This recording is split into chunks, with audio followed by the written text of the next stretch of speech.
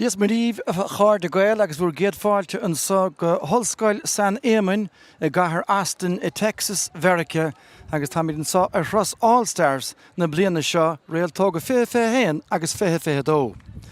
Tá mar ní bhréanain taobh an sa bharde agus nach orringatá an tábheith an sa. Tá sé iontach brian agus aimsir bhrá agus nach iontach an tuspáanta scileanna tá machrún na himróí iontacha seo peladóirí sáfeladóir na tíre agus na réalta ó gábhas a féhéin dó I gimmert an seo agus tá raach all an einar an allscoilach camar agad se speisialta ar lámar seo is suirt éiríamach na nimróí agus éiríamach na cáscail na chéile. Go díreach agus ga chéad agrathe gas na chéine agus an LGFA go háir agus gan dat na Celtic Cowboys an sa a gcathair Aston fé stúr Pat Dob ádobar déanta go súd. So beidir go bénú is fear dhéanamh níos na fórne a thuairtíomh mar a chuir siad chun parkin sa Tránhna agus beag fuin na bliana fethe héan beag gansathe corcra nó corcra éadrom or a súd. Sa chúlacha sú tá manaice me gorco chuntainna mí rís sa chúine Emma Troy, Mary Kate Lynch an lán cholaí agus bandleachtaí Lia Caffrey sa chúine ar chlé. Sa líon le chúlann son Erica O'Shea, Éhín Cleary agus Orla Nolan bhleachtaí agus a lár na park beag Hannah Looney agus mar ar seachnasaí ban na mí chomá chéanna. An son sa líon le thosaigh Hannah Turla Chorcaig, Rachel Kearns ó bhío, Níomh Sullivan chunta na mí agus a lína lá an tosaigh istigh agus nach lína lá an tosaigh le dear a bheith. I bhrí trídíag Vicky Wall, taobh le siúd Emma Duggan agus istigh sa chúine eile Geraldine McLaughlin. Mar sin fuireann na bliana fethe dó agus beisiad sús na gansathe dú chorama sa chúl dóibh siúd tá Ciara Butler Chiarí, an líon lán chúlann son Sean Ennis, na mí Kelly Cronin ó Chiarí agus Daniel Caldwell ó chunta bhío. Sa líon le chúl Aisling O'Connell. Níl éhín líhiad tas nús tá Nicola Ward bhar hochtaí agus stigin na háit sin agus Nicole McLaughlin ón dearman na gúnta chuúna ngáil. Siad Cát Lynch agus Níomh McLaughlin bheith go lár na parke, an líon le thosaigh Níomh Carmody Chiarí, Carla Rove le clia, Seán Howley bhío agus a stigar ríist an son réaltart bhacha Amy Mackin, Stacey Grimes na mí agus Louise ní bhfuide Hurtig ó Chiarí sa chúin eile. Si Maggie Farley an réiteoir bheith an sagann Tránhna agus tá an bheirt Tráchtaire, Amy Mackey agus Hannah Turlan sonamó agus is cuma a bhairde cén troi a bheith gimmert níl pogaí hinsa. Níl, tá sé Harbh séamh agus tá siocháin a brethirach. Tá mé cinsan ar thosás an immert nach mé an siocháin sin le breathnú le feiceáil ar barc. Tá na himróí a súil go mór leis agus is de ítach tá róba bheith gimmert lena chéile agus an aí chéile ar bhealach mar seo agus mar dúirt me scoch na beladóirí ach a bheith tíocht an seo thar lear go Austin, Texas ar an Tyers go réalta fel na mánach. Ítach go bhéiteach an sin ó héobh na banaisteoide agus chulagan ó ar an TG Cahar mar sin le bheith páirrta go ócáirt mar seo tá sé fíor speisialta agus is dói a méid atá baint maithaigh na Cowboys mar chlub an seo in Austin, Texas agus í tréise is ócáidíntach tá agriacha. Céimiid chun cé chodíana agus a bheith an córa ach gan dát a gúil a gcín ag graintas na himiróirí tá cluichí ceannis na srá Peile Lidl ar siúil an deir seachna a chuin agus ar an sahanbeg an gaiileh agus cíirí túir aige a chéile barca chrócaig, riimiisi na barca chrócaig an dánach beag an chlár agus cíl dara ag roinne trí agus éintrum agus léitrum a roinne cethir. So beg cuioine áirithe có stócha ar sin ach solad a stóid mar sin beag an dá árán náisiúnta go sa san ollscoil San Éamon. A few short months ago, one of our best friends, a club man, a parent, a husband, an amazing man, community man, passed away. There's a little tribute. He made these goals a couple of years ago. There's a little tribute to him on the goalposts, and we're going to have a minute's applause in memory of Aidan McGarry.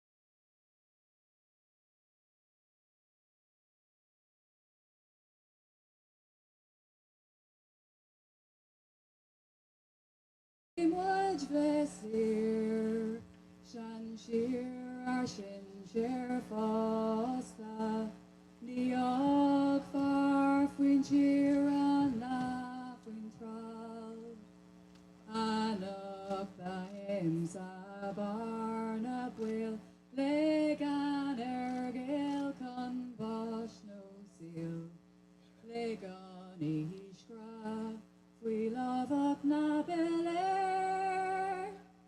Shaliv Connie, Aram Navin.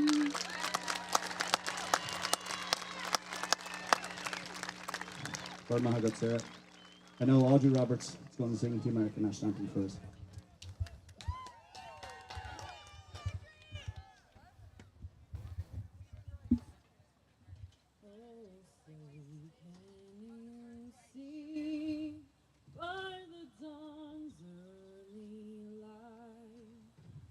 So proudly we hailed at the twilight's last gleam, whose broad stripes and bright stars through the perilous fight o'er the ramparts we watched were so gallantly streaming, and the rocket's red glare, the bombs bursting in air, gave proof through the night that our flag was still there.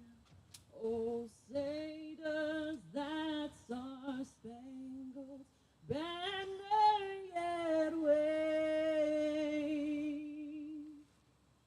o'er the land of the free and the home of the brave.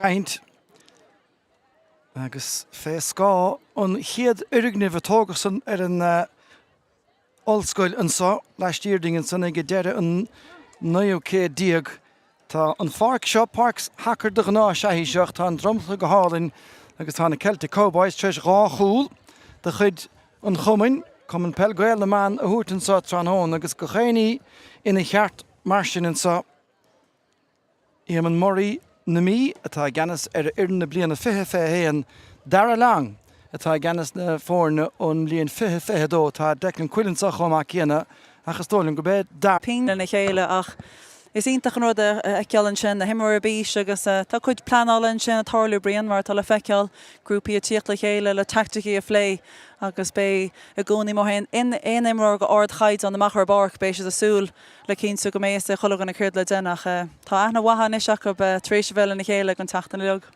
Tá go dain éimi mechanis Céili Cronin dalta go lár na Parkinson de an bliana sicaite agus ní fadúingin is agus nadidir be seo an Consul General Robert Hull a chaig an fel istechan sa bhí sé seo caint leis an grúpa cúpla íohain an son agus is a gesiúd bheith an nóir an fel a chah an ádiaulroch sé. Mar sin go chéine anna bhaintear ag go buinte seo. Ach ní dáin go maisna bheith agus tá míad fel lá an teolann sa ceann san búte ag Céili Cronin agus Amy Mackin a chur son níos a híochan cínan san chomhad le níomh Carmody ní bheilenis me ghlaclann búirteisteach ísio le cisiúd agus annach glúiseacht agus Amy Mackin a thosagan na glúiseacht sa agus tá chiad scór fachtan sunnacha. Well scór brain sin agus mar recinn tú le Amy a gcónaí si a hosí leis an glútain sin le Céili Cronin le lár parca a críochna agus násteach agus an tóis ceartach a leis na cúl. Sé go meach tóca agus Hannah Looney go fad le Orlan ó chuman na bháin Volunteer sos go party cúnta lethe Hannah Turl na cón McLachlan i ddíra an fel a stathúthe stecha lár slí go fad le Hannah Looney a ríist. Is tan farc seo níos cúin gan mar bheith gná farc agus níl si cho fad a cho beag Facht again Niamh O'Sullivan, a feh leis an roher, Carmody Dollarstach, a boite go dung an son, again Emma Troy, agus an Counson Mihe, hefna live a clay, agus 4 reel. Agus is just an choimmer sin eceolid in a foreigner agus cinchin sin fecin tú ó heh imridir hana túra le láh ece agus fiú arlach eile beidir mach láh correce leis sa siad réich an caha an seo. Ciara Butler, Counson Short, Macadine Drevlin and Sake, Party da Quid Faining Ashling O'Connell, atá in the guard in the bound in the Gorkig Zee Gimmertle Era Og, I Gorkig. Martin. Snúm tí luhas atá na chumar chósaí na begéine seasamh siar rómhórin sa. Louise ní bhuiirtig fach fnachten son leis an róthar agus obervahan sa.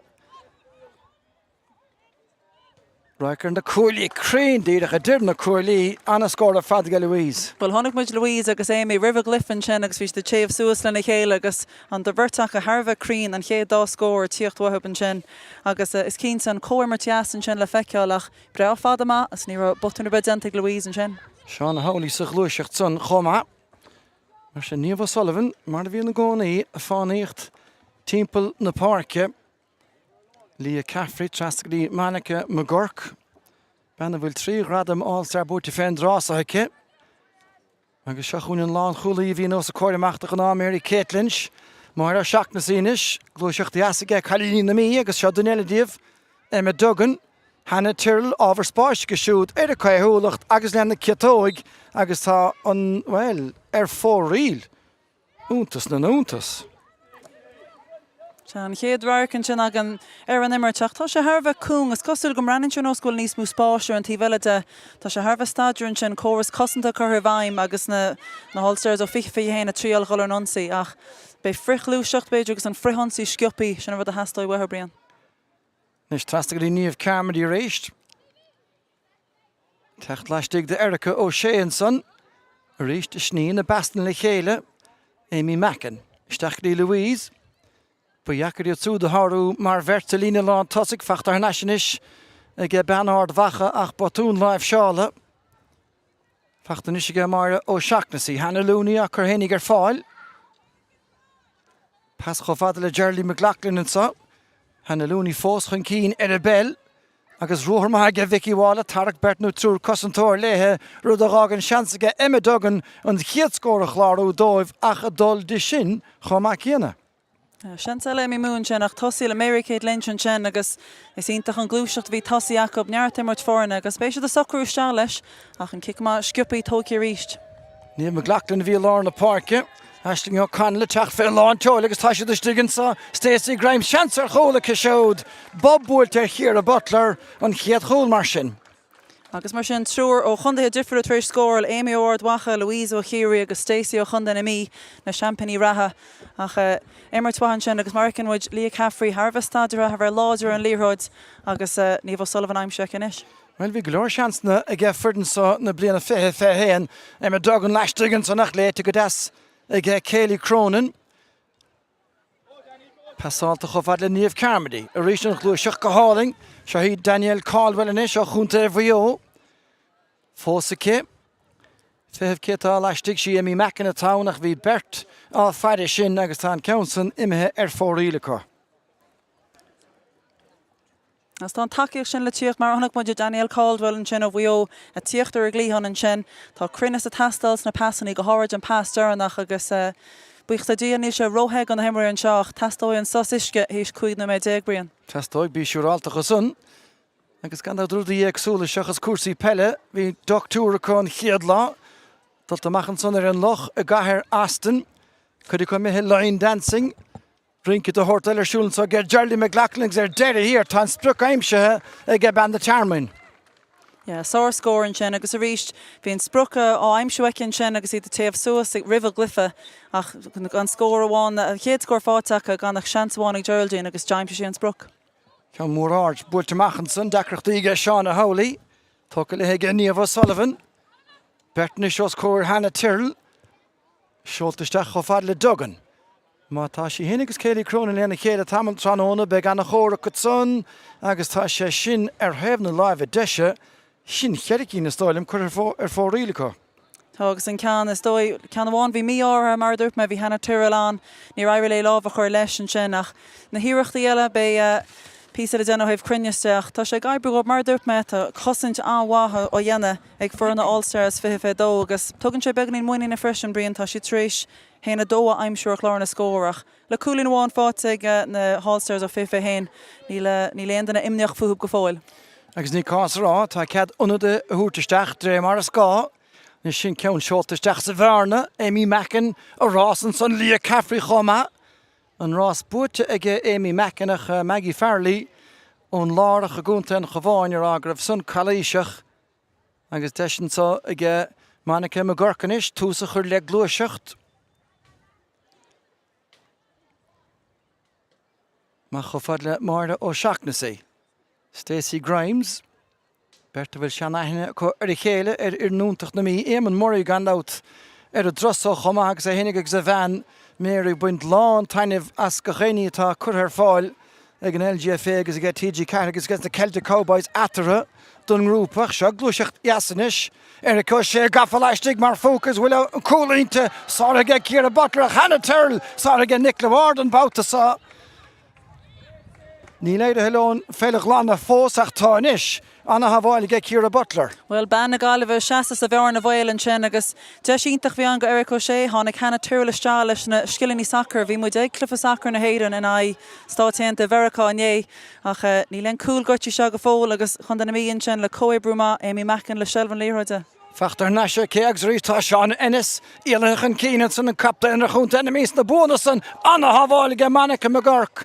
Caintear hacker gandát báideor úntach sacr behí seo trád á raibh ach má bhí éana cappa go meach sé seo máil lebedach mar chluthe hí dul am úrtha. Agus nach hálan an lábh a bhí chuiriste chuirh sé Maradona gooineach an sin le Amy ach beidir go mé an tála i ríist an lábh chuiriste an chásan seo seachas in hasanna leis an Argentín tá cead ag Amy a sin íile. Geraldine McLaughlin dulisteach an son féhrú ach tá an taxin diantacha. An dorna scór fórteach Geraldine agus fíorthábhachta chomá leis an bhar na hocrú tá siad gaibrú go mála na chéile ach tá sé dachar brisa trí just dói an módíireach atá tastal brion agus má an siad seansar chúl nó seansar chúlín caafar an deisir thógáil ní mór an námacha ar a líróid. Well, in nóin brahall a bheith níl éon bhíl féin spéidir a mert chúl báide a chuir rudaí sa túúl cruaig tapaig se chun McLaughlin-is seach go dtí Amy Mackin mar a seachtasí díar a gíomh rú amach bhfuil san mé ar hebh na láimh deise níl tá an bratard heistigh díreach leistigh den gúile. Well, bhíon chéad scór aimse ag Amy ag a tús an sin agus san is le héine trí an trío chúlín chuir an tras an eice sáir scór an sin agus bhí sin an mar dúirt me farsingacht na parcin sin ach thuig sí an deis agus neart muíine ag Amy Mackin. Se ganad bhí imróí na Celtic Cowboys an sa riimiise agus chuidir cluthe ar siúla agus bhí caiideán Har bheith ardán caiimé rá Reint imróí tá takethe ó éing a gahab nam líanach for a bhórna imróí bandúchas ag behéad na sa America agus tá siad a fálam na céir de feistúr Pat Dobe agus Stephen Minahan ó roth na boundan a gorcaig. Nis pescead a ruúthir má chun cían sa agus iirecht ar scóireach tá sé sin chur ar hebh na láimh clé i bhín cléirí stáil a bhí glúiseach an cían san. A chartar cuaigars fihead atá lehamháin na parcin sinnas nó bhreithning tú amach tá sé fíor spéisiúil níach Amy Mackin fáciiste chomála Louise ní bhar thuirtaigh agus fós tá si sin trí chuig cearcha méidir mo an gúil. Nes mar sin Carla Rowe a glúiseacht chun cín seoltaisteach a láir slíoch é sin léite go maithe Mary Kate Lynchson ó le Nolan Benna buint tainna bheas a dros dála go chuin eilestoch Niamh Sullivan. Fehebh ceatá leistigh agus ag le cruigan san na gasling ó Connell agus bhfuil neidir a bheith Declan Quilnún mar lína in cinan son ach tá cinenne dianta nó bhfuil. Bhí níomh géú isteán sin ach de sé le Geraldine an sin agus Hannah iste. Tóca go deasa ag Ciara Butler níl se glanta go fáil mátá. Fachta ag Kelly Cronin. Níl duine is fearr ná chun pass na chiad slát a bhla a bell na man Darla Mohénig. Glúiseach an cín Seánna Howley a rééis an sainis. Fachta ag Louise ní bhuiirteigh dundas na lína bheith gimmert a barca chróca gar an sáirte chuin agus passáilta go háling leistigh an sa Stacey Grimes glúiseacht an scá neadathe ag Carla Rowe annach glúiseacht go deon san. Well, bín daoine rágóil sí róhachas cínte nach chula aimseo róhete cúiljan scó tóice ag Carla Rowan sin agus a ríist ilan ggéir go maithe ceach nuair fuair sí an spás bhíon crinne an agus is féidir eiceáil cen fámín sí tóigan na cican na sira go á clia ach sárchúil an darna cheán aimsí ag réalta fife dó. Nis se chuin ríistead agus an trosa ó le nólan. Nicole McLaughlin begáin beag ró dhéagriseach ar Hannah Turlinson. Mar sin fág for fé nólan an countsa a hógan Emma Duggan ach chu hénig ar fáil de cheann tappaig. Sníon sprucach when you have an pass crean cart talk again Louise nach fada ó bhaile a háisí ó hart na caine agus go réon féin ón gúil hawl Carla Rowe Stachrí Grimes an sa a ríist an glúiseach go dtíir fad ar náiseach beidir go tucach an báideoir manach me gorcamach é sin slachtathe go deas an sannacha. As tá Orlan Ólan tréis a Spáintin sin go minic tá sí ar fáilinn sin chun cicamach gear sciupaí sin a hoigeal. Bhín sí Harbh feiceálach ar immert bhlá cliain sin ach deis is ag na réalta fife héan glúisead hosú agus Vicky Wall a Shelvan Léirte. Se búte le neart an sannacha agus deis is ché ar ghol ar róthir Hannah Looney. Tóca go Rachel Kearns. Nicola Ward baiste bhuachail níl faoine a dhéal ar á bhógan son. Anna chungracht an dóibh lína hawl agus in council meheach Emma Troy Emile Díhil in council na chimeada stig. Tá Lewis tithe begáin ach ní hógfa ortha é sin. Tá an tastastáil minise bre ar chuidecha. Tá agus mar dúirt muid tastóin sá séiste go achas ínta go dóigh bhfuil na honadaí an chomá bé siad a garthú tíocht a steachas sama agus tasínte sin mar is cinnte bhfuil ardrúthar siúlach an seo. Grimes is stachan sogadí Amy Mackin agus a ríist. Bhí sé sin búilte mar fescin nach mór soladigh Seán a howlaí gur irthe siúd a bhí sé díirithe léite go deasan sunnaige Mary Kate Lynch. Eric O'Shea an fel a déanamh na hebre cho fad le Niamh O'Sullivan.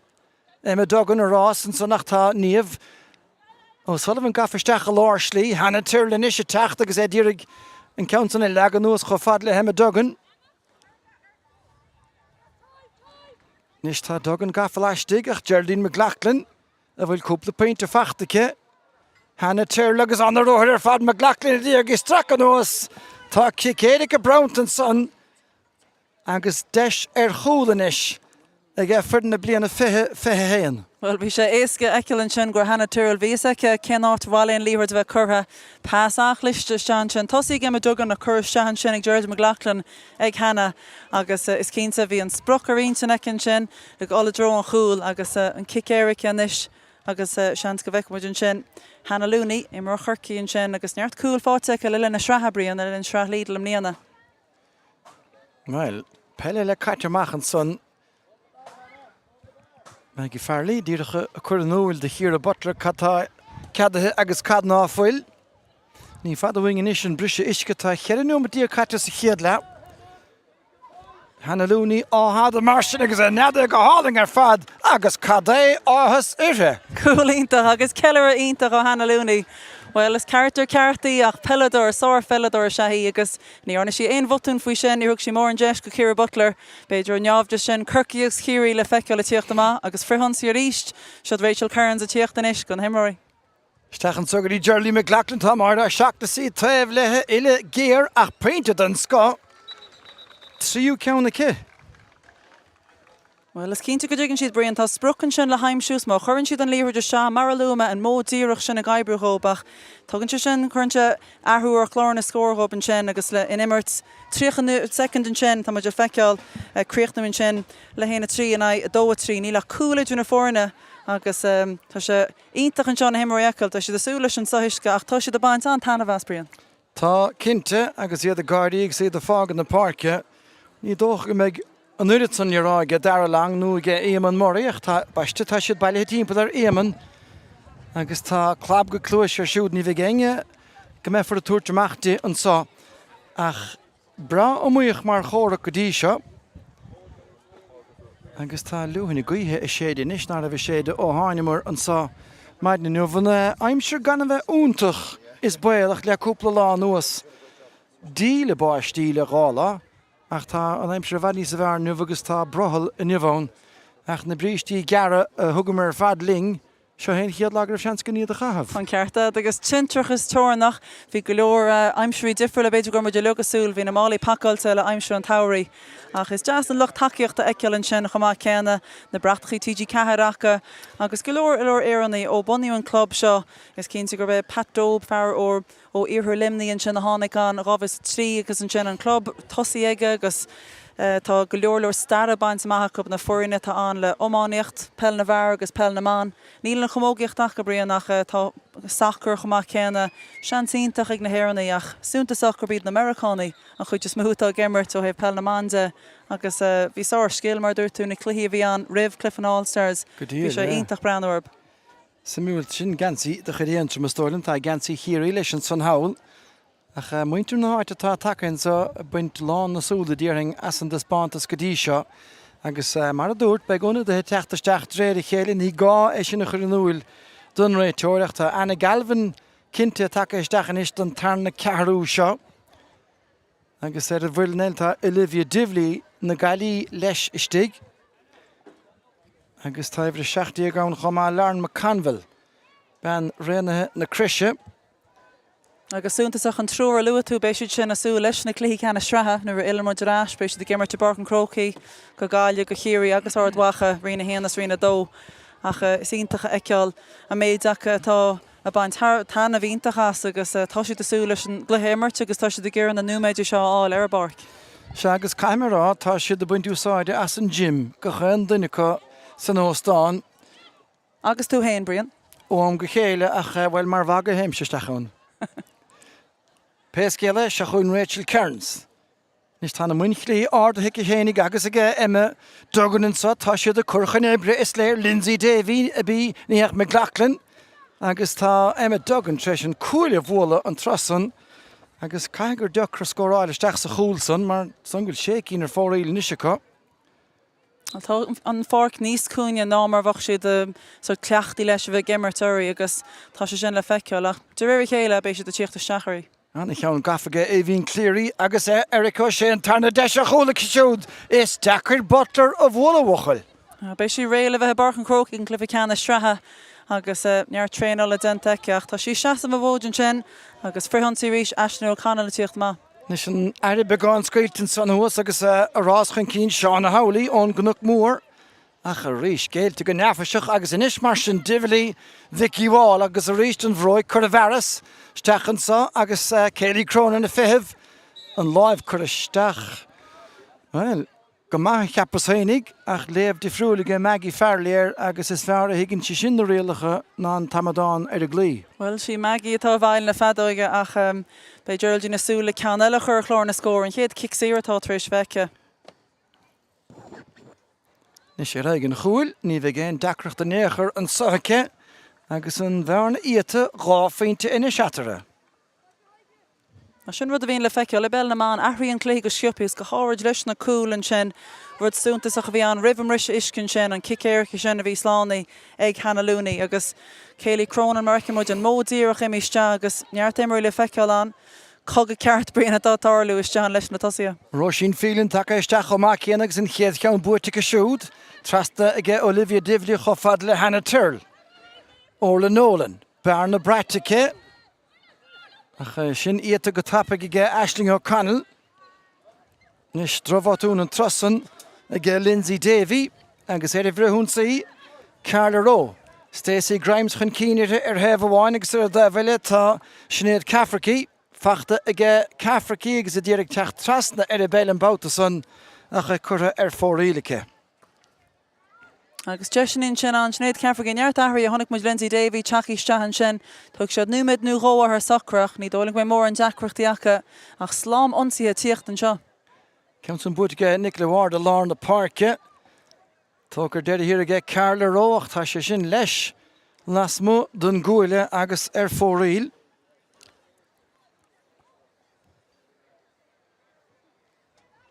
Agus deas ceil an slú a baint an tanmh seo agus go háiridn sin leis na himirí tíochtta seo tá siad a fáil deis le breanú imire óna chundaithe éagsúla an éireann an airú mar sin go sciúpaí mar dúirt maid ben na honadaithe riochta steas amá agus béis se tastal mar lá tehetán an seo.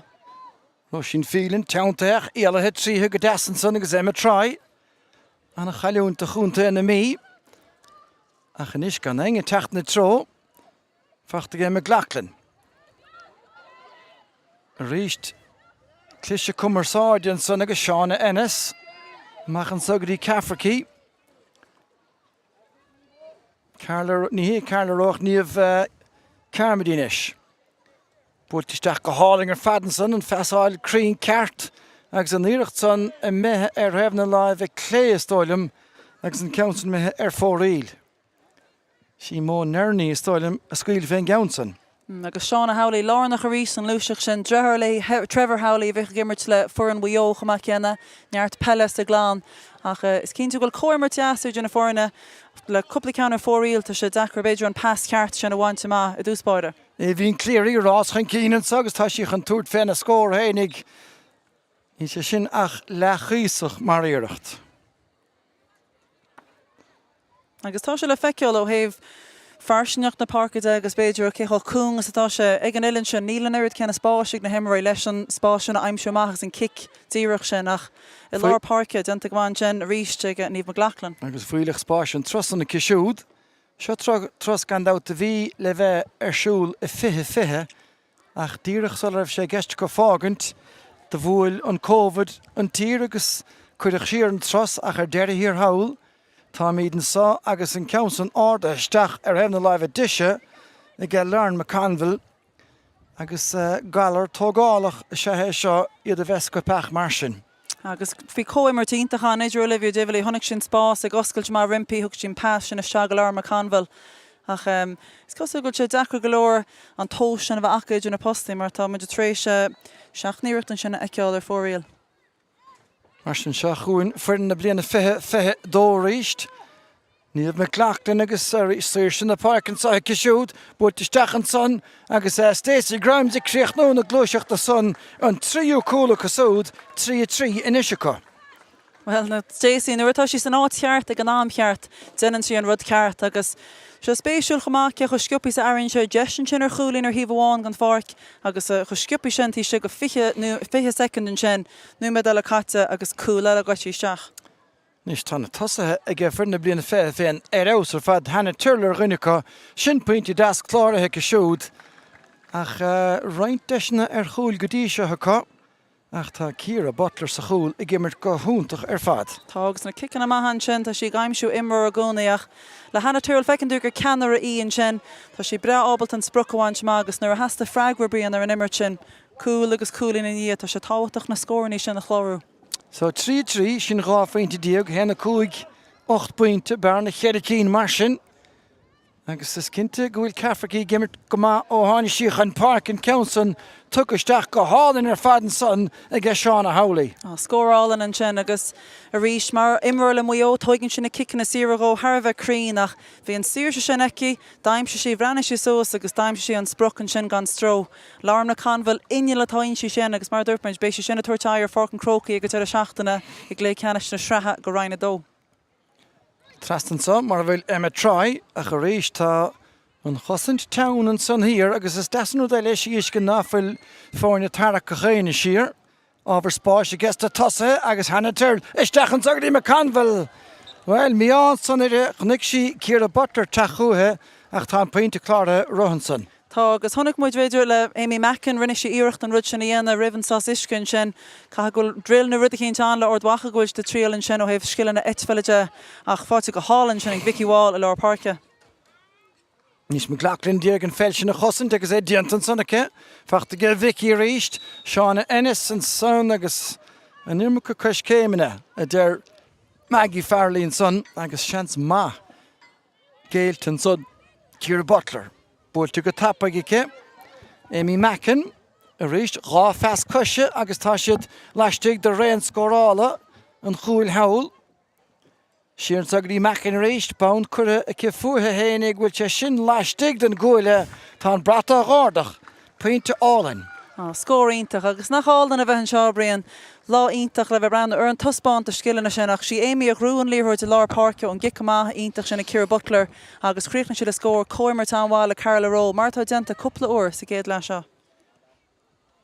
Nis batún sunnige Orla Nolan, snappa helige Carmody, a reached os Kyun, Evin Clearian son agus tá Stacey Grimes, Ilahistach Atara, agus Fachtanish Carla Rowe, agus tá sin go háling classíocht.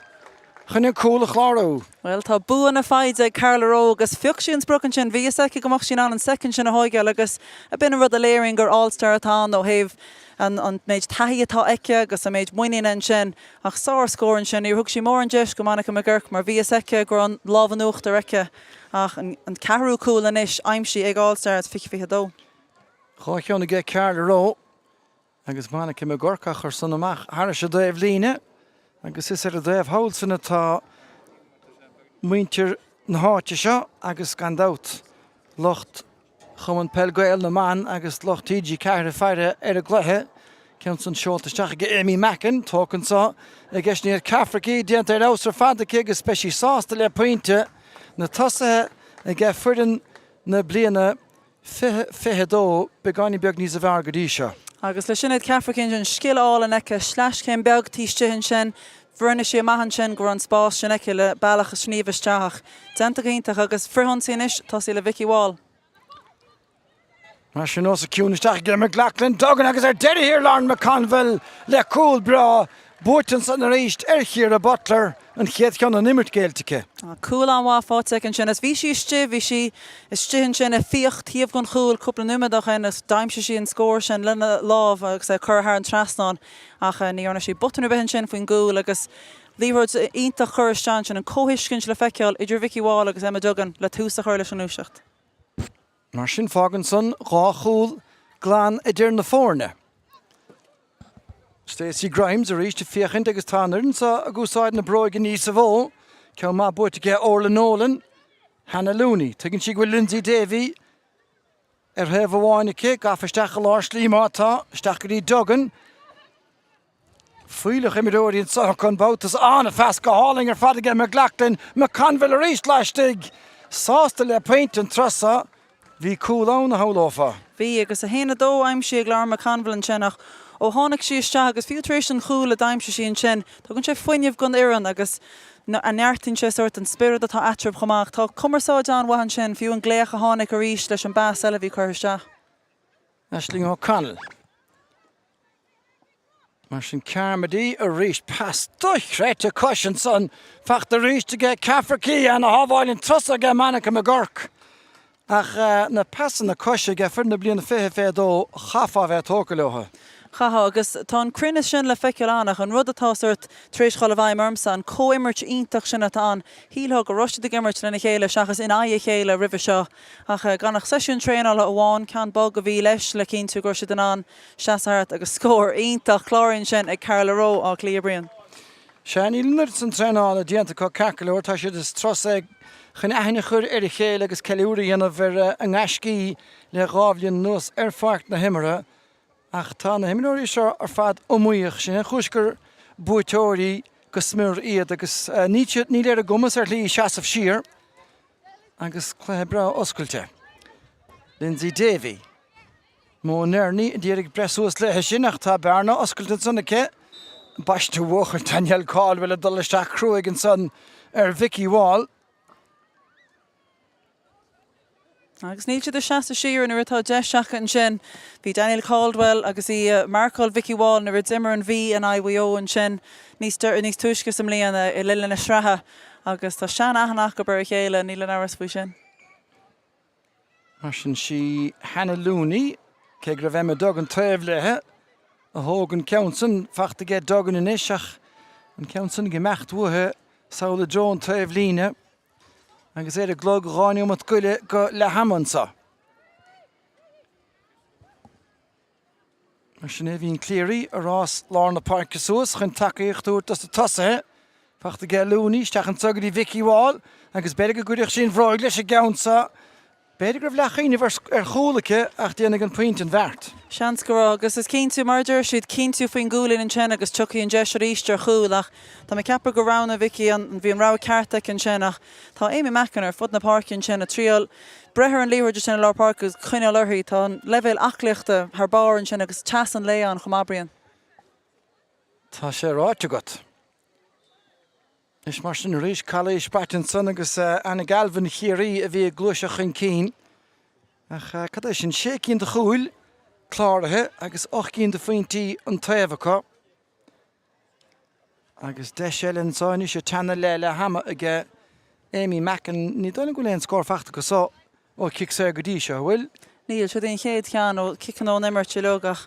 Mar bhí Amy chocrín ó nimmert agus chocrín ó na cican na síireach. Tá sé súntasach freisin, níl mór na cleisteáil an tíomhlíonna seachas molla, ní dólan go mór an le haigúig na banaisteoirí tá si do scuile leis na himraí a rud a dhéana agus tá muí nach go banta go dhéana si do bhirt. Lí Catherine ceann san gafó sa ciú nach fachtain is go Vicky Wall agus is tá cúntúirtan sa bhil sé tu go léir óhadacha níl ná an díala cóúntaach ag ben na mí. Well brion dúirtú gur beidir lechuoine aice ar chúil an sin an uhéarannach nuair daimse sí an cúlainn ach neart an sin luas agus clisteacht agus ag go deire crinneas leis an gúil a Vicky Wall. Agus díreach rim le hama cáróigh san go mór leotha ar a cos édal siaran san. Búirte cisiúd agus beidir meach únsaí a bháin eile an sáine go ferdan na bliana fethe héan.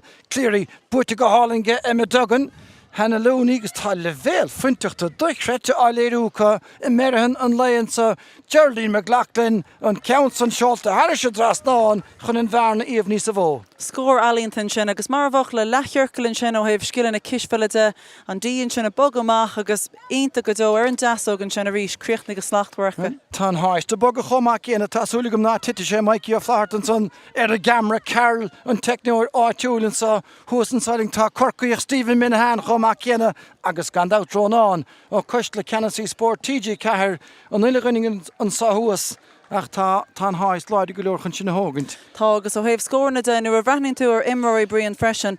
Deisina atá chláiríán, níl mór an deisina tucan le manach mar leis a gic amach sciúpaí, níl stop leis an immertánas, bhí muid a luach amach sá isceir tastáilach, go fíor láidir go fíor sciúpaí agus cóimmart ítach idir na himróí. Mar dúirt me hílágóir se de gimmart lena chéile seachas an aigh chéile le blianta. Nis an módíireach an trosa Ciara Butler istegan san neidir siad do sin uhaine sí ach ar deire hir an ceann san mithe ar fóríl agus bhfuil lethún buinteach an ságan na stáilm go bhfuil agus tá sos tíilte agus tíilte a gama a gceist na fórne an sa fuidan na bliana fethe dó chun cían sa le hama ceithre de chláirithe go siúd fuidan na bliana fethe héin agus tríanaí ar chláir a scóir go siúd ráchúla ag Carol Arón son sa chiad leis sin nach bhí an chiad le ar ausar fad agus a bhhair is sos tíilte go. Ó tá sostilteach agus mar ecinn tú an is cínta nach féidir le himmarí 60 siar brion tá neart sinionta sin an clisteach a bhíon an ar imrinn siad seachtainna ní seachtainna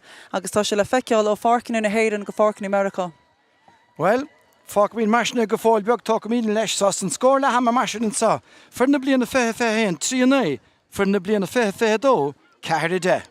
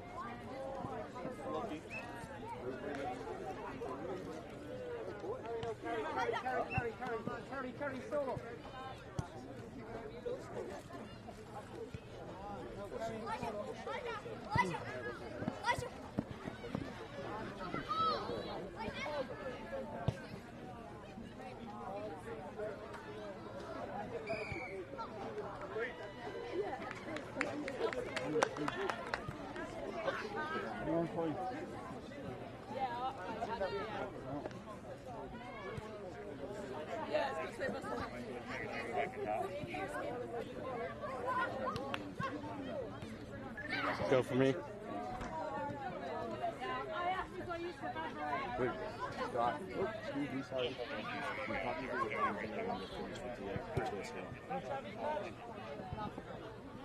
Thanks for the warning.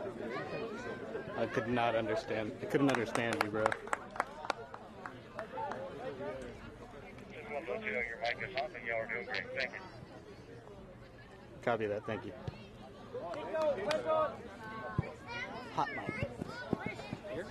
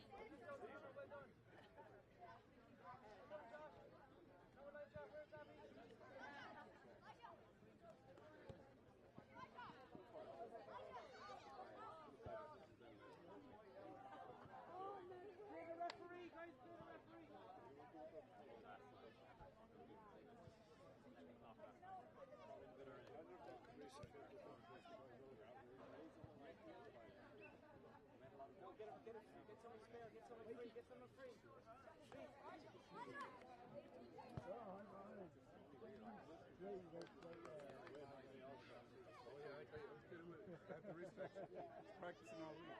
You get on the paddle after this one. Anything? Do it yourself? I know you're out for the money, don't you? There's a mad delay, just they can't get mechanics anymore. You go into a place now, you don't even do an estimate. Yeah. The estimate's too high, you don't get the money. So they refuse it, so it's like, and then it's like,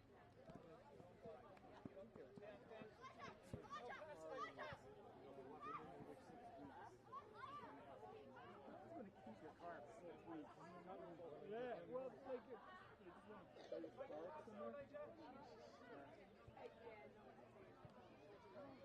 Why would they hold it? He has hearing aids. Yeah, well.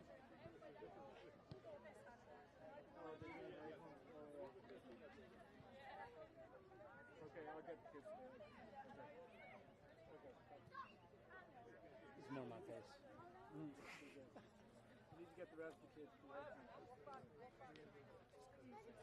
just so relaxed. She's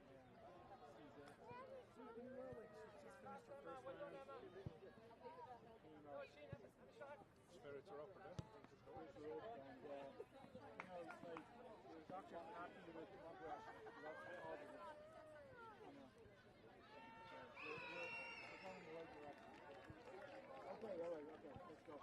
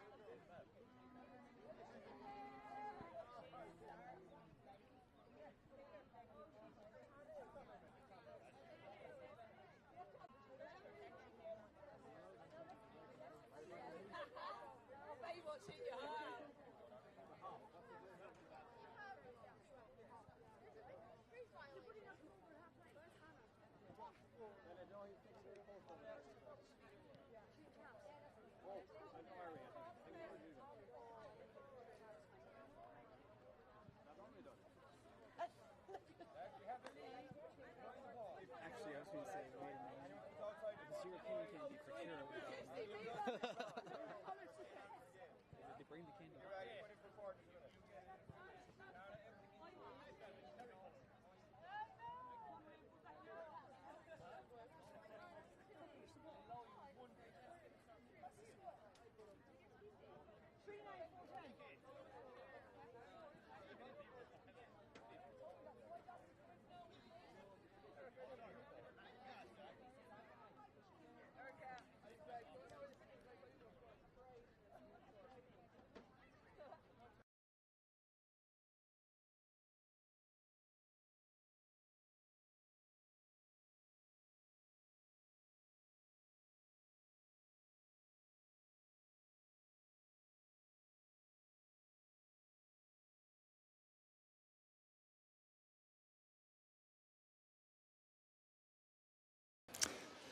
Mar sin fáilte roimh farnáis tá tarna le tí tosna hensa agus le ham ní mór na gailas mar ní bhréanain mar chuideach cásca ar a barc agus bhí fáin ceart síos ire, bud bheris greimir a chuid grúig agus dúirt le fanan tá. Well, níach mé an chearcha timppla ach bhí an blas seaclaid an sin an balla seaclaid le feiceach a rud ionintach tá churbháil brion agus ag na cabhas tá íirecht ionintach tentacha le imimecht an scát a sé spreagúil an áíre eiceáil na gasaróga riocht amach sin a bailú nimhacha agus chuid gona himirí chunig me hanalúníon sin a riontamach bhí sé riontamach chuid gona himhachaí leis na himirí chumach chéan agus na gasaróga ach is láionintach agus lá speisialta fanise a gcuoine na nimirí go dó. Cinnte agus den bobbal áitiúil hí na buchalí agus na cailíní gimmert an son. Deir an gúil siad beidir fé ís fé hochtnú mar sin agus tréistáh an chaidí immert agus tá sé do fágad na park agus tá séanú seachcín de cásca a có agus bhain be siad a cogunt go ceann tamil an son. Nis mar sin, cuasaí caide, réalta, fennaman, plúr na nimiróirí ón maile take machchan sog Aston agus cai helóráil a sláinní níoch na chúra ha ge baile féchan seo agus írá go nach bra saoil an Tráchtaire bhfuil is tócha a hláine go bhfuil cearta go san beachar dulad chuine. Ach péine tá go chéine amóhan son ríis me í fearlíir tíon féile chahabhanóir de atra trí nui i g fuirden fihe fé héan ceide de i g fuirden fihe fé dó chead a faointe mar sin scarút na bhórne agus an féil caitisteach Vickyháil ceann san lecha nús go fad le mar a seach na síce agus Erica ó sé bhí downta Vickyháil an san Astráil le DNA ar a bhfuirden chéana agus Lindsay Davy á feasáil chuair hénig. Steach lár slíonsa agus chuirichan cíinige Olivia Dively, Erica ó sé ríist, ben bhách romha, sé go dtí máire ó seachtasaí. Trastan na parke go dtí Niamh O'Sullivan. Agus mar a chéintimh tá marcanna na parke sacr le fiscin an sunamó, tá feid chuir leis a bart an gluthesa acu. Ar a bhreithúnsaí mar sin seo chuin Stacey Grimes in ish. Rohan Maha Genniv McLaughlin Larsley, Tráchtaire Carla Rowe. Chyn tŵrt fe sgôr ach ta son ar hefn y live a desha agus fór rilike. Agus nuair bhreathnaíonn tú sort íireach na nimróíonn sin agus iad a chur leis an sin. Luas a bhín an le sort ag deir an chéad lehan sin, toig sé písar tíocht a seair glyfa ríisteach, tá cóhéist gan díntaán tháinig muid lí Cathrín sin agus Lindsay Davy, tá sean taithíach go big mar á clíile na chéile. A chu ríiste sa ríisteile tá sé le feiceil an iscoil cóhéist gan nua a fás, idir na himróigs na contaí éagsú a gaibrú na chéile. Mar sin Rachel Howley stachri Lindsay Davy I dro hana tirlik a siúd. Basta bra sóinach a ge Kelly Cronin an son. Ceann cur a siúgadí Ciara Butler ake. Agus tá fáin amach ar bhean chuslán gríire. Mar sin an luas tite mar dúri se bhar begáinín beagán sa. Graim bet an son ar Nicole McLaughlin. Agus tá hís fún an sa sinnéad Caffergy. I géileh na pelle. Ín si gomandar han si stachan son agus cúpla scór fachtake. Mary Caitlin si dírig I siúd a chimád ó choras trú na cehar timpplairthe. Ba tú na ge Louise ní bhuiirtig an nó a sanna bhasúntach agus ní sé a bhrehúnsaí Erica O'Shea. A galpa na talún Lindsay Davy sásta ní hí Lindsay bheann an bautas nach Anna Galvin a Larsley Olivia Dively. Nis mar sin deisir scór an sáige Rachel Cairns ach tá son sé amach ar hefn an live a deisice. Tá agus nuair bhreathnaíonn tú ar na himróí chumach céanna fiúla Eric O'Shea luas ítach a chur deis an sin ar fáil rob. Tóige sé nuimiid na róbéidir le socrúánach. Eric O'Shea bead nach chu sciúpaí leis an Mercedes nu atá ceannach aice agus é fannacht sé an sin na gcurcaí sáile. Nach braie. Mar sin seo chuin réiste na siad fuir na bliana fithe dó ar nún séisteach an sa. Fachta ríistige Louise ní bhuiirtig agus tá Stacey Grimes íleisteach brata go háling ar fada gan ní bhuiirtig dírig an ceantan na chur Tráchtaire Amy Mackin ach a dul de ceanile ar fóríl tá go tappaige Monica McGurk cho fada níos le Orla Nolan. Fiochan cétha glúiseacht hana tír agus lici siad an bhil praba léite go háling ar fadace steach a Larsley an san nach ordobrige Anna Galvin agus tá an chiad Gortú, más gortú é an son Niamh Sullivan agus Anna Galvin ach gan éon ráile sin physio sin é Della Hunty. Ach tá cicséir braunta cearcailóir agus sí hana turl a hóca an ceansa. Agus sí hana hosaíonn sin leis an lúsan sin an pás chuirteán ní raibh le Vicky Walla aimsú an sin agus í fic amach bhí Vicky tíochta se go láidir an onsaí deisir an scór inis.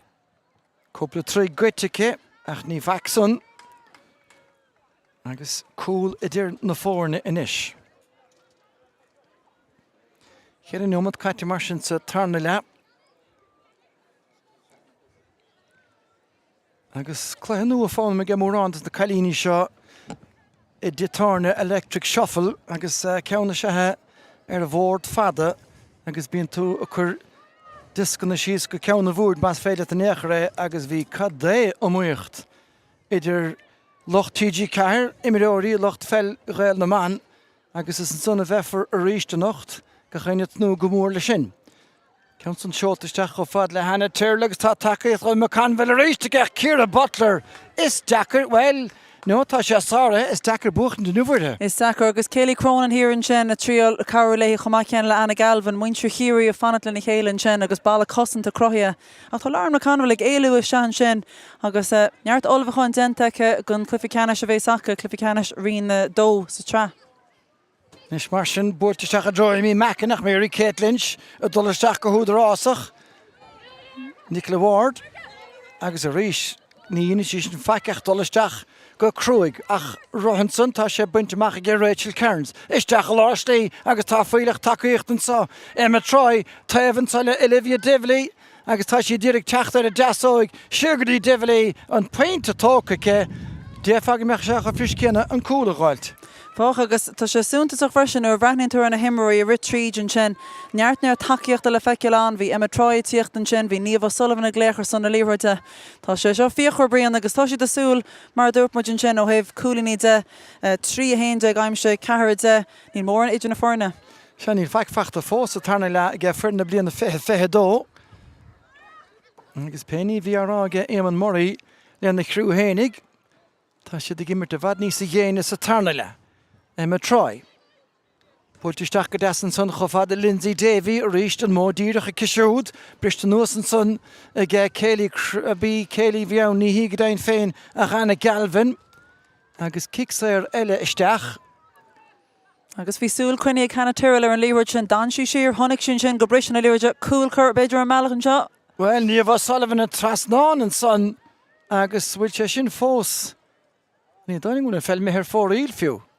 Nó má tá an muir cúil fáilíochan na chud ébre. Pesciala ní bheith géine rómhútha méall a rialacha an sa tránóna. Ní bhí níomh Sullivan na gimpíonn sin na cíú maidir leis an gginach mar ó seachna sí seh líhir denis. Rachel Kearns a ríist an cóngur chun na chúil mar as gnáach a cisiúd. Baiste ní bheith sé róhásta le cinan réiteoir an son. Cimeata roadacha agus Daniel Caldwell inis. Trastan na parca choád le níomh Carmody. An Cliff Emery Daniel Caldwell ach go deasa ceol freisin brion tá léomh an chluifeig na himmorí an sin nuair ecinn siad spás agus imar a riocht agus Lindsay Davy gaibrú fíorchrúa ar an glíhan an sin. Ní leon tuair le taithí a d siad agus tá sé go láidir a ggé Davyach se chuin hena tuirl. Ní sin hína sí héin an taction nó dúra sí pass an ceann san neadathe go háling. Dan sin nó greibh Ciara Butler tosna titim cúil úntacha agus íal chun cínice. Bhfuil dúirtú an sin ní leon srín le taithe a brandú hena tuirlann sin chostáidir a chocrín agus an neartan sin ataice le cínú gomach sin an cúil sin bháin sama. Honnig muid cúpla cúil inné a ráchúla bhí an gan éon chúlaigh na Héranna ar bhí muid an Q2 Stadium agus cínú go hena tuirlann sin bhí si chuinealsúla ar an gúil agus ní bhah éon áte goite muacin sin gimmert sacr. Seoltasteach a gestéis Grimes agus an hansar chólansach an a haváilige mannecha me gorc i léirú a commission son agus bhí Anna Hansen son i g sinnéad Cafferkey cic chúig féidir a stahad. Tá an foiineh sin sa glyfa agus sár iirechtaí chuir seag na himmoríach chu sciupaí sa hosan siad leis an náthimar tar ríis brion agus an frihansaí atá leis níl mór anna amacha le 60 siar. Nis ní leníró chinnta cábla lína cúig féidir a stahad ach tá Maggie Farley treis an líne sin náfuil péinteálathe le barca bhainteach. Well, chur chuige begáin nechatíontach tá an fellin isige Amy Mackin. Stacey Grimes aus a snígus a cinnetáil na himar le chéile Mackin an slatín dréachta san atá nó a bhíon de gnáchó crín. Ceann mátá yes agus gan éon scór fós cos a tarna le. Agus manach a ggurcan sin is cínta cóhiiscin sin míon sin tá si rééis éhín cléirí bhaint amach agus orlan ólan tá obairínta tentach ach Rachel Kearns a tíocht le láideocht an seo. Nis mar sin ba tún láimh seáil agus is stechan san ina póca le níomh McLachlan agus ní mór gur thug sí Maggie Farley léthe chomáile sé gic sin. Carmody, seolta cho fad le Stacey Grimes a cisiúd a ríist áling ar fad na pass na cosisi dhéiscint sin héad Cafferkey tá obairúntaach déanta sin ó tháinig síoch an parca iirecht má nearní blocáilta an ardil aró sin fíl an son ben áhada agus lascáilta cho fad le orlan ólan na cisiúd a ríist an féile déanamh na hebre. Sin trua líon ná fici mí níos a bhóda so a gé baile Lauren McConville a rásasteach a rééis ní sin féidir bucht na Ciara Butler tá baistin taction déantan sanna ce cúil eile fós. Well tá an obair dentic Lauren McConvilleach camerán sin ó hahann cicamá sciupaí sin a bhí an ag manach a ggurc orlan ólan tháinig sin spás sin os a chomach chuir sí líorthid críneiste an có-immert sin atá ítach agus gan mór an spás tá Ciara Butler gimmert tar bar go níor mór an spás sin ag Lauren McConvilleach daimse sí an bharna. sé dó chunis sa tarna le. Gan éon ragra ag fuirin na bliana fithe dó. Agus nach eisteach an chuí darlín sé mar fuair na bliana fithe dó ag a túsan sin í do ghulchan cín agus seilm líor deacha go fórhórach tá foiineh inis san immert ag fuair na bliana fiche héan. Agus buin nach beag ag Rachel Kearns leis a bhaineh son sé go dtí níomh ó Sullivan trasna go deasan son tóca ag Lindsay Davy agus tá Emma Troy gafa leistigh agus é neadathe go hálan ar fad a léad a thuspáintas in isiacha. Well, Jetchel imitroi isteach ón Astral agus bei furin na bliana fife do Harvas ásta go mé furfe hen gomneiscilt ansásta gwil si lo agus cool ítach ach sin na rúhar a dechach muid agus I gemmert le condan a a tosuin sin fiús a lína lán chúl ach cool ítach aimseice. Well, dar lang agus declan cuilir a ddeirhlíine a dtír gur ag na chahrún sa. Níomh McLachlan a rás isteach a rééis ní sin harmol a berte mar íirecht. Agus tá tríal bhór inis All-Stars na bliana siome cearn mar á seachna sé. A rééis gan sánas dá líad san imirt chun I gceartúir dóibh tá taspántas áthúrtacha. Lia Caffrey, stachan sagarí Olivia Dively, agus aga ige orla nólanis glúise chun cín, orda stach os ciún Nicole McLachlan I Cisiúd, tóg ige Lindsay Davey. Agus a rééis stachan sa méla chóil agus an council léite, an sonnistid cacalór, ige Ciara Butler, agus caiise tógan don lína lán chúlamach. Kelly Cronin, sciúd chun cín ige ban na grócach a gílarne, Dimmer sí Lorna Parkinson a gunni chorcaí sa tra rein seachta na dúin nach seach glúiseach don sco Amy Mackin isteach an soch of fadle Sean Ennis, Carla Rowe, Cake Riech Noig, better be Caffrey a Stacey Grimes a dhéanach ach má tá Butler goma hef bháin tá McGurk an churtha Well, hico Ken Fogwell, realta fel na man brontar her brianach. Vi sé sin haar bar agus mar shrahimmerin sin honnig muid na passaní live in sin a galo runna go denne a sníomhstan sin ag aimsú bearnaí agus gan éon den acha lehlasach. Vi sé de súla sin timmeris áras an áitis áháin semach. Sin trú bhí cool tiltte gin glúiseach san. Amy Mackin a dtír spás a chrathúd a hen agus tá sé sin go hálan fad ag Bernard Vacha. Well, an chéad scór sa darna le chláiriacha agus a léid go scór. Rud a bhín feici go minic Amy Mackin agus breann se cho éasca ach tá sé cho alínta, cho compórdeach sin ar líróid agus freigrama ar an imirt tá an sin. Go leorlór scór í fáte mar honnig muid ó hús an darna le. Chéad scór a cos a tarna le, fágan san ráchúil a nisidir na fórne, Hannah Looney.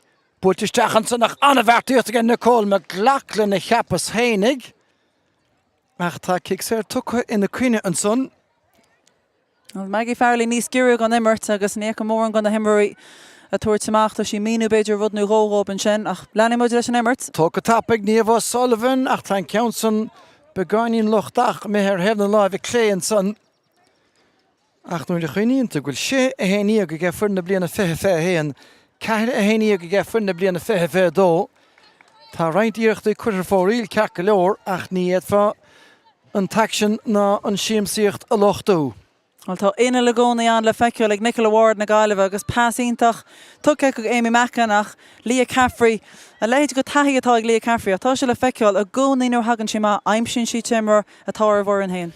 Díarann gur bhealais na himimeóirí an túir se tá nuamhachún nuair a ghain siad an pass a bheith chuig ge baile.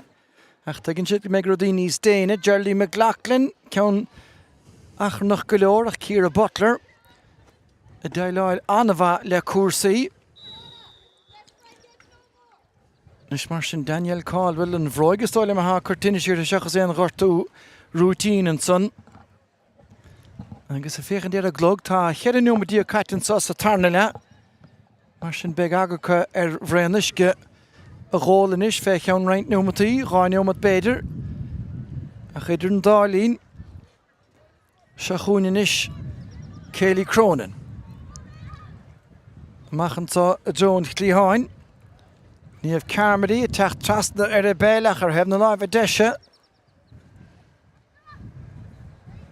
Agus tá chuí gáardú beganí an seo ní sam se a feiciúil ó héh na bratacha de tá ag locht takeíocht an sin bratachaí na héann le TG cethir ar bin sin agus í tá locht féchanna ach caró se leis an himmarí inis an sos isceach go brion agus scí beag beidir a cúpla duine ahrú tá na pólíní teachaiste agus bhhairg deasach ar an glyfan seo chuine siad súla rudaí ach tá Maggie Farley a bhail an seo ní dóilm gon mór an chuirteach ar inú ar na himmarí. Seanna bhí géna curtíine sear na gádaí tá siad bra múnteach a féchan tear na gansin san de luas. Tá gansaí ó chúnta éintrum ann chunig mar ceann ó chorcaig. Agus chun na Gaillimh. Chun na Gaillimh go dain féinnig agus cúnta éintrum mar a dúirt. Bhí chun de chorcaí tá ceapan ar bhí an tóir taisce ar siúla ar barc an na hifhachaí chumá chéanna. Agus gansaí UCC chumán san ina meascamó ach tá siad a bhaint áirthaine bheitsa agus buchas mór le díag bhfuil lá bra gréine goin chun taine bh bhaint as. Bhí mar caiinte san ar an obair thsúla gan globá túil bhí Stephen Minahan Ráilem gofuil a cheire acra fachtacha an nace an airfortin sa a gahar asta nach drohalamh talamh ina bhfuil mórrán cloch ach tá meisíní mór a gríthe ige Pat Dob agus sé Stephen is soilm bheith dul I món na meisíní sin chun cloch a bhrise agus an farc a thuairt chun mín tíireachas mar déirfá. Well, Walhan an obair tarsúlaigh Stephen O'Reilly mar tá sé trééis an haiste chorán an agus tá muidir fantar Warren seo sa mar sin má sé molla sin féidir sé leanúint le toig an na parci brian.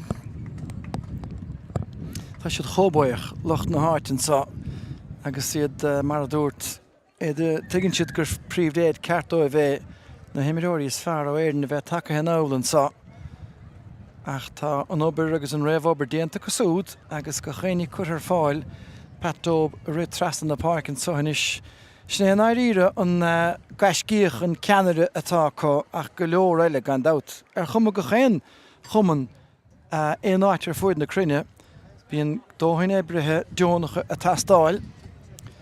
Well, chuir siad fáilte mhór chríol ruúin agus ní éiteach le indan agur muid fáci gan rudaíú nach chuir muid asúil beidir le gomach rudí chu agraí seo ach tá sé thbar brian agus chudáas sin be sé dechar ar élas muid bháile go gahamid aird agus agur chur rudí mu tain mar tá an ar a tugaún seo agus mar dúirpa fáilte chríú le canún si churcií agus canún si ihir limní le cleisteáil agus is breán ruda I mth an Aston, Texas. Is bra son mar sin cúigneom diaag le dul. Ráchúil a scarúint na bhórne sé a héine go gé muintir fethe héan ceir a héine gan nach puinte bháin fachta sa chearú son na ggé fur na bliana fethe dó a bhí chun cín le chear a faointe le ham ach má bhí sos an sonna sa chearú sin cíimiid níos chun mar a bheith a sog a ceann scríbe agus cíimiid bhfuil leas a tang an fachtacha ó rara lang fear áistín de stack. Hénig Declan Quill gan out ha gober le Kiri ó Céiríonn a rahilen kommen lena bhfuil buinte ge Declan Quill leis. Pescelle tá mit sa tiúil a rééis agus fuair níomh me glaclan buile Ardenson ó Ghuile Éhín Cleary. Tá intas le feiceil an aiach Louise ní war hurtig leach chií a bheith sa manna cice seo. Se bhí si caiint mar maidnigus dúirtí greibh si chuoineh hena hénig a chluthe na seaachna se chuún in chluthe canis an san a barca chrócaig. Agus le cúnmh déanaí gortófar aine ar a drosa ceann san seolteach anna galbhanach a rís tá sé sin ar hebh na láimh clé. Bhí pasal jazz le feiceil an sin srahamar agus an pas tuigh Seán a Howley go Anna Galvin an sin ach in ammantí tá se le feice an trééis an sos iscu seo rud atá Emmy Mahas an imirt sáile bhíoh se an le linn na pandéime a chanis. Buchas le díotá sé mithe. Nílan an stoi an cleachta céanú an taíag na himirí lei sin na stoi sé numed ar an sin tosú ríiste ag dehas de. Má canbhfuil chun cínar hena lúnaíon sa fachta cé agus tá pointe fachta chomach chéana anna imirtíanta siúd agus iad a barc isteach samachtála na codail ar fad. Agus is cínte an cóhiiscin sin atá idir na himirí tá sé iontacha le go bhecin muid gohfuil an pás sin chuir se an módíireach agus mar luútar brín is mór an trúnach bhecin muid níos minicí beidir go clifí sa bháile ach obair na gapala dhéananig na himirí agus Carla Ró ríist tá ámecin sin le casa timpach níl aon den achas antach. Isteach rí cafací fachtar náisice buirte gan níomh camarí agus í ina stack an son agus ceanna le fós ar fóríl. Nis sin chiicamach tóca go tappa agus tóca go crínig a Monica McGurk. Rachel Kearns, buirtachan cín chofad le Geraldine McLachlan, Trafúla Nicole, Olivia Devley, bhí an lán de Lewis a gcónaí os cion Lindsay Davy an bautas nach fachta ge McLachlan. Beidir dun nó berta chun si gairí begáin tréachta, trastan sa agus Rachel Kearns agus an cuaile buirteach siúd gan duine ná deorí ann mátá in gheansaí corcra a thucacha dír ar sin. Nicola Ward chofad le níomh Carmody. Cinnte tá bearnaí a goscailtínis agus tréacha teachtar réine. Chofad le Carla Ró. Se chun Louise ó le Nolan a dhéir í siúd ich mead las muige. Ceann san buirtisteach ceann contúrach an sad má deorach anna féinte se a Seán a Howley. Scórínta agus bhí seán hela lánach an lúiseach sin hana héanaach. Bhí sé deas an immertecha le boga ó chlé go dhéan sin agus níl manach am ggurcha catha éon am múlis na cicaní má Olivia Dibley aimse a ríis de lár parcia agus tús chuir leis an lúiseacht. Geraldine McLaughlin, Céilí Cronin a fannach glande siúd agus ní maithan curcha geisin Eric O'Shea agus bhíon tá deargan son leis na cosantóirí go réidir le an ceansan a réid agus tá siad bhreithúnsaí chuin réist. Búirteach an cíine Anna Galvin, Amy Mackin agus Róthar má diantacha ní sé géthe Galvin an Róthar. Máchnic, níor híimlethe an Róthar san nach tá Mackin in isis nach in na Peil réist, a Mackin í Carla Ró. Amy Mackin agus fán ceartar in Peil a gáilt, beidir gnóch sí fós agus tá cí inis. Le hecinn cé achas leor le hecinn ord scór go deo. Well, bhí an lámh chu níir de ar nó scóir aice, bhí si gléachar an líorthóid acha an rud céanna marthanach mu leis na muir cool an sin, coolín bra agus díreachtaréis sé hiochttar a barcan sin in áit sinad Cathracaí.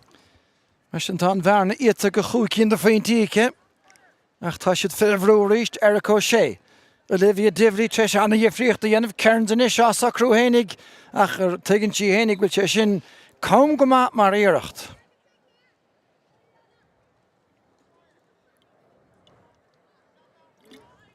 Well, tá loch takeíocht a bríon a baintán tanna bheith seomar, tá tuspáint a skillan le feiceolach ó hebh luas an chlifaide, tá siad th bar. Nis bhfuil coloration san tá sa Maggie Farley. Well, orla nólan anachtaiste go deon san agus túr for an ceansan chun céin Maggie Farley garí léthe agus beidir go dúileach san cart a bíad a rinne lá eile. Orla nólan hénig agus í buint ord haine bheith san. Achas léir ná tastíí na chuáile úint.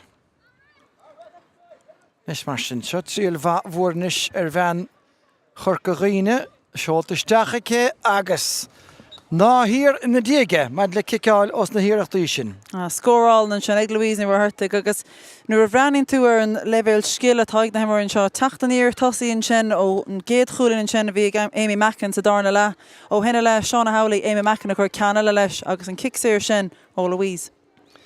Mar sin chéad a faointe inis seán. Bhín cléiríisteach an tugadí Mary Kate Lynch. Déanta go deasacha siúd agus tá Hannah Looney-nis scuilteach an siúlacha.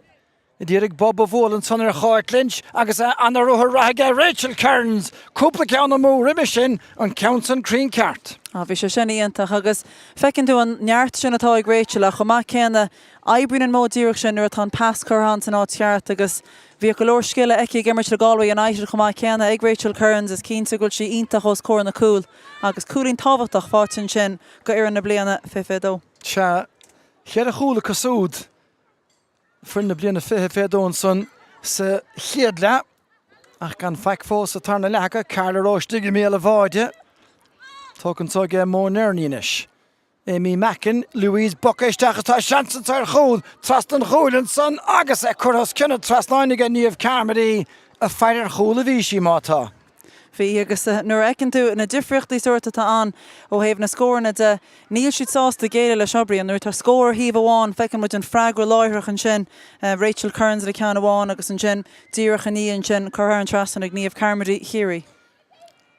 Súntacha nó de ghfuil na fórna cho chom, Vicky bháil takeach an parc a ríist.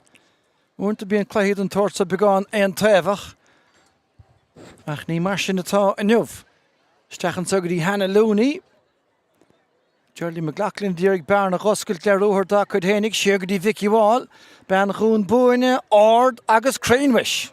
Scóráil an sin agus léironn Vicky an sin tá sé rátam cúplair le lena chlifa seo ach nuair hastíon freigra tá muidir feiceáil gur ceanirí iad na himirí seo seasta suas a trío leis an teachtaíir sin agus a chin tú gur bísan agus acapsan a bhés a bua.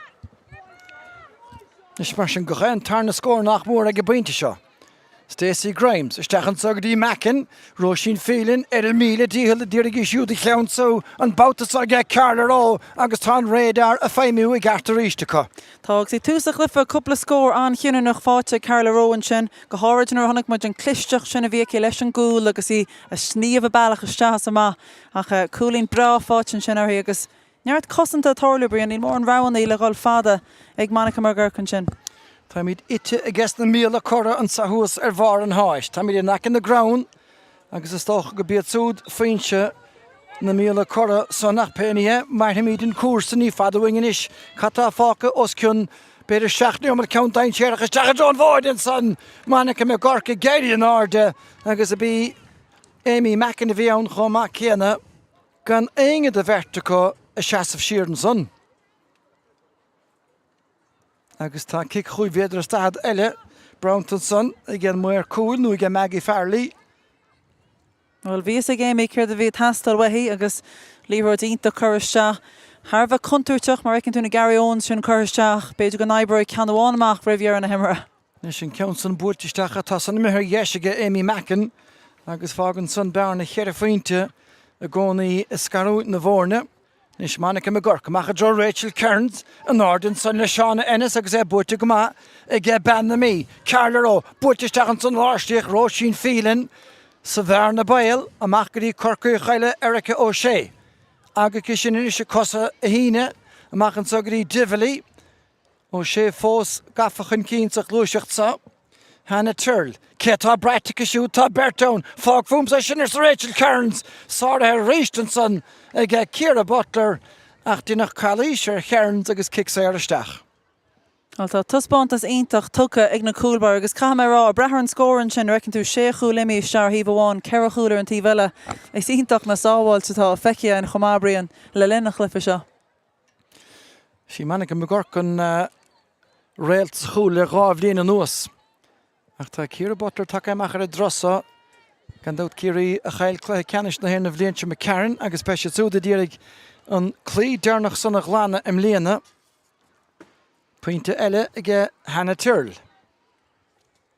Tá sé go breanúir tá imiriad an sin gur féidir brethar ó thaobh cicaní sireide gur leor le rahannaí ag go dáir an sin for an réalta na bliana féin agus dó a chaib agan go teachtaní ó thaobh lár parkide chumá tá a cá agus an cogad tosú an ahar. Seolteach ge Olivia Dively bhfuil pointe eile fachtan san agus Geraldine McLaughlin bhí a scuile fé sin. Agus is stáilin gur chuig san ar fóraí lecha éon bhrat á gáirda go stig. Agus fágan san gur sé cúdiaag le ceithre sédiaag go gcónaí tán. Nis mar sin seo chuin ríistead fé láin teil, Aisling O'Connell, chorimíocht anna bhailéirhin sanna cé, I feh le rathí clíhánach, sní Carla Ró. Well, bhí mí an dain an sanarthe. Agus a ríist I héanagus mic ar Vicky Wallen san, an maga féna chéile. Agus nach hálan an cóirdeas sinna eiceánaí ar barcach scot na imire agus háir chaidán imime ar peile agus imirthe ó feiceálainach go breann sin an cóladar an cóirdeas sin atá tar éis fás I gahanana seachtainna bliain. Seo chuin ríiste is siad mar sin anna feasisteach ó fad le Níomh Sullivan agus níomh eile géir go maithan sanna cécha ar hebna lábh deise ar sa an muir cúlin san agus tá cheann ómad fáca ar a glog. Mar sin tá bearna cúig faointe ann a láthir na huaire. Fachtan sáinne si go snéad Cafarcaí a gháil trasna na páirce. Má nearníis. Geo sin tarna deis, toáta go bhín clíirín chéadúir a chola éman Morírá éíón de bhlína trána Camerí teachtaisteach tá a pointe fachtacha agus fachta go deasacha. Cúlálan cúlínálan ag níomh Carmody agus sin an rud nuair atá an pasal sin an thunach muidin sin bhíon sé sin ag mónarnaí cé gur blachúlaí ag éhín cléiríonn sin tháinig sé raisiríist an sin agus an gesture chúlín críochna agus leachtar agus coppla athú a dhéine tá si go bra eicilbríon go nádara chuil si do go steachas am mar sin. Denhfuil cáil bhfuil mar sin filte ar fáirt na himire ach tá siad a teachtanis agus éidir bheagán am tríneomot le dalanis nó más féad le fearna bliana fethe dó. An bhearna sa a íomh viidir chun tosaigh le chéir faointe ag le hama ach botúna san nis mar sin an gíire go meach léthe Lauren McConville, steach goí Geraldine McLaughlin, man ná an tuisgurt a cóúna le chéile Níomh Sullivan leistigh an sad an ggólaí ach ard bheartaíocht go deo an sannaistigh. Bení cáit linse bhíon san, bhí sé sin ar aus mar obair. Bhí agus an riach genta tá sí cuineal orthaíonn sin tá aine linsi agus máin sí an pass a ríis tá seans go mbeadh sin an deire chuir leis an lúiseacht. Feid na park rit to get Cart Lynch agus fachtan sa well Boris Patún live Charlotte order le ge Vicky Wall agus gemacht le is Carmody Corrieke Bertens on a taco le Erica O'Shea Rinnica Nivo Sullivan tish overspash with gemacht henig a reached na passna a gurlichele go tapige kustachni Jerry McLaughlin os cord an choolach tá son lag ma besianna yimach leis an iirchtson agus fágan sé seans a gcónaí a geffir na bliana fethe dó. Ach caiisiúd beidir bhfuil a líad cúil a bháinna gáilt agus beidir meach an tarna ceanna tastáil. Cafisteachan is sa tarna neoma Derek. Na baidistóirí le closón dáhebh den giadúr beidir tránhóna Kelly Cronin. Nis mar sin well níl rianar a hersinach a lasgáil feid na park a suas sin head Cafrigí Corcansa Portugal Mary Kate Lynch a le head a lán choulaí an Vansa agus an légar ard a réist. I bhín cléirí tá chalís déantar a siúd agus gan éon bhílir divilí a bhainteach. Seán Ennis níl éon ánamach ar John Taibhlíne. As tá cúpla ráha annach tá na himmorí ní mar agúid de thuirsú annach fecinn tú seans beidir a chúl ach an cúlín toicin sin agus Olivia Divilly béisi sin asúil chomá leis an gluficanna strathbhéis an gorína héin an nóí gáile agus círí a bhéis a Tráchtaire a chéile beor TG Cahar ar an saharn agus bé cúpla láid na himmorí teachta go chéile a ríist. Mar sin cúig faointe a ríist a bharna I ddeir na fórne. Cafisteach sa neoma dernach Búirtisteach an son Emmy Mackin is tuige mé a chúlach léite geró sin fílan. Agus tá sé siúd a teachtamach is caiime rá ná rah éon sánas gur bhiú Tráchtaire le líon chláhann sa gist na imiróí luch well bhís chunrá a go deirigid ní a bhéon airigid a tastáilach tá tainmh úntach buinte gist nach chéine as a ggóraach sa agus na imiróí fós fiú san neoma dernach a lí amach ar a hénig trastan na parke chofadan sahinis le Anna Galvin. Agus ní sé sin an sa ná an súd bhí cúla tastáil agus nílim ráithúráilta cadé go dtíireach a bhí gestan sunnace. Agus bhí seánna inas mar ráha aiciú an yeisir sin chuine seán ar leis an riocht chrúsí se an léirte sa lína lechúil ach de a ríist agus Daniel Caldwell bhuion is se an léirte. Tá gearra ínta seán mar imiróir. Gaffa tríthe tá sí gaffa na héanaar agus tá printed an scáfachtan son ag Daniel Caldwell. Ja, anchúlín a bhí fáte agus tá clifa ítach tuéis bhéimre ag Daniel Caldwell an sin tá achlíocht a feiceolach sinna bhfuil brion an adó gearannach cléisteáin ó Maggie Farley. Tá go dain agus tá deile leis a ggóraach ach chéadú a chafarrá ná go raibh ard chóraach an son na scilline agus na buanna ar fad atá ar a dála gist na himiróirí seo á léirú de bhaintir verice atá takeisteach agus gandát dus do dtíine tá a taistil le mehel sa All-Stars na bliana sa amach go astan agus bhí sé aus mar chóraach buchas mór le dia níor gortaí chéandaine sin nó Tráchtaire ar fatastócha mar a dúirt máirin son chluí móra le techt ag baile fé cheann seachtainine bhfuil fé cheann sé lá go daon féin de raine héanaach sa dó na strahan son sa Peil Lidl agus ní bhí géon bhainisteoir mí háasta go bhfuil éidir le go chéine chluiimirt agus an cluthe a dhiimirt go dtíon agus gan éon gortú tála daon duine agus cóghárdas a dhéanamh a gceist na imiróirí mar a bhíorráige máire tá cadé cárdas atar inis aithne bhí aithne cuidiceáir chéile beidir ón ollscoil ach tá aithne níos a bhar fós in isise chuir chéile. Tá cínta agus de seáil an leis an ggólaidir sin a riint tá neart imachtaí gur féidir ó páirte ghlachánta chuid go na himmorí tá siad sásta siúlthart agus máin siad cop an caí lena chéile nó breanú na raircinní tá timppla na carach ach onóir tá an le bheitán agus fiúbrion an seo Tráchtaire tar chlifa mar sin scoth na peile sár felladóir na tíre agus ionta go dó gur féidir ó turas réalta TG Cahar bheithir siúl agus go bhfuirmid an tíocht go áit mar seo leis na héireanní leis na Americanánig an sin na breanúir an glyfa agus thug siad takeíocht ionintach carrá ní ru siad ciúin le lena glyfa. Ní raibh ná agus is deasanú déad na bainisteoirí Iarman Murray agus dara lang a dul timppel ó rinne go duine agus baróg a thuirta go is na himiróirí ar fad agus an méid sin tuilte a chu an son. Bhí sé go mar chóracuis. Bhí agus an príomhrad a hasamach fiúhéh na cúilte agus na freigraí Honnig muid cecho sort stadras a bhíon na himmorí nó bhína seansan í achos chórn chúil a chumach ceanna ní raon stop leis an immert. Bhí siad gur gruchtál agus cégal cardjas an is ceir tá an go for an bháin agus tíá go cean eile. Se na cailíní casa timppla san agus iad rá heó leis na daonatá sa bhile féchantar seo beo ar chanéal An éim anams atá léchan sin brion. Ná bí chéin imníart brion, cléisi do chean san is gan nimime. Ní hé mainim seach go háir tá léh amach go nó a bhéice gomacha go. Ach ní léon chuna aine dá thuirt le brunne an sa. Agus ní léon reiscíoch nó leich na hirme leis le henim nuach tá na hógánig áitiúla teachtamach leis na brotacha ar nach a TG ceir agus is tasí tunnaíos gon chomá ar folún timppla na háte.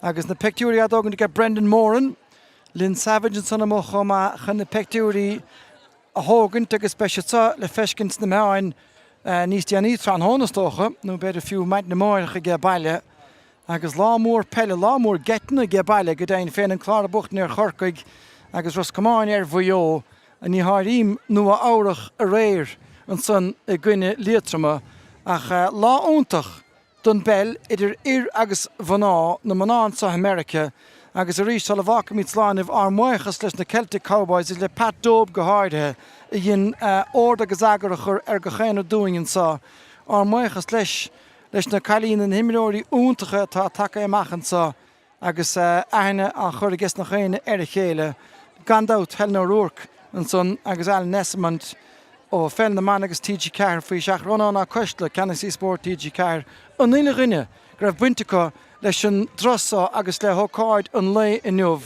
agus má sílimh an scór a ríist an máta dénach tá sé buirtige frina bliana féhéan agus be sé túd amach fé chrú fédó. sé go bhí cosúd ceir a hochtííag I bhí maná fédó ach ní hen scór dénach an rud táchtaí an dat ach an muinteras agus an Spórt agus an taineh bhín go chéinas. Sin fearbrain agus fecinn tú go má leabhainn daoine faoi chádas faoi cuimhnaí orga ach leis an Spórt is nasca tá ó hebh cluban ó hebh condaithe agus is ambassador iad na caiilní seo tá si tharbá agus is honor agus pléisiúr tá an le bheith thar timpplairthe le bheith caintlob agus scachna pelle immerthe agus be deiseach an is scíal ligan agus mar dúirt muid buganing an electric shuffle sin an immert tásúla nach mé na cosa róthirseach nacht. Ní bheith ná mar sin tá sé ná gon sláánna rágan le bemin ar neistimh gan dat ar TG Ceir an sahann se chuún agus an dánach na cléí ceanna se fad ó roiine héan go roiine Ceir ach fáca míad an sanna mar sin an sa ó Oldscoil San Éamon in Austin, Texas tá na cúil á leagan nuas ag crúna Celtic Cowboys tá ceúra a mohan son I Lárna Park agus beag smutta sannarsúla nach chomá chéana ach fáca míad an sanna gur mí maigah as bhór golód a gur maigad sa bhar as bheith hánta chomahan sa tránóna ó Austin, Texas mar sin na gréine ar deireadh hir slán tamil.